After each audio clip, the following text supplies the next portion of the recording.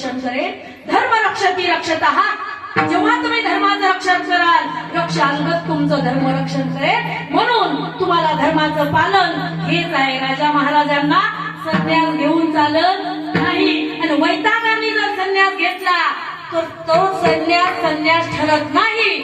म्हणून हे वैराग्य नसतं. बाबा शिवाजी महाराज तुम्हाला आम्ही सांगतो, आम्हा घरी धन शब्दांची चरत नाही, शब्दांची शस्त्र यत्न करू, शब्दची आमुच्या जीवीचे जीवन, शब्द वाटू धन जन लोका.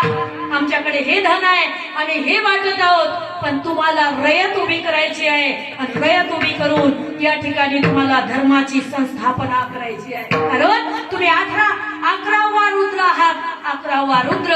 आणि रुद्रांनी हेच गीतेमध्ये सांगितलेलं आहे परमात्म्याने, यदा यदा धर्मस्य ग्लानिर्भवति भारत अभ्युत्थानम धर्मस्य तदात्मानं सृजाम्यहम् परित्राणाय साधूनां विनाशाय च दुष्कृतां धर्म संस्थापनार्थाय संभवामि युगे युगे. मला युगायुगी जन्म घेऊन यावं लागतं आणि धर्माची संस्थापना करावी लागते. त्या धर्माच्या संस्थापनेसाठी तुम्हाला आई साहेबांनी तलवार दिलेली आहे. आई साहेब कोण आहेत? तुळजा भवानी. ही तुळजा भवानी ही निर्गुण निराकार जिजामाता आहे. म्हणून तुळजा भवानी प्रसन्न आहे. का? जिजामातांनी टीव्ही पाहून शिवाजी महाराज घडवले नाही. जिजामातांनी शिवाजी महाराजांना संस्कार कोणते दिले?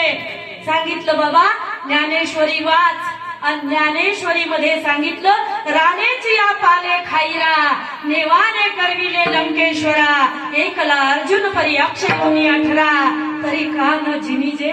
बाबा अरे रानातल्या पाला खाणाऱ्या वानरांना प्रोत्साहन दिलं आणि त्यांच्या हाताने लंकेचा लंकापती जिंकून घेतला. ही युक्ती रामरायाची आहे, आणि तीच युक्ती तू हातामध्ये घ्यायची. 18 प्रगत जाती एकत्र करायच्या, आणि 18 प्रगत जातीला एकत्र करून रयत बनवायची, आणि 18 प्रगत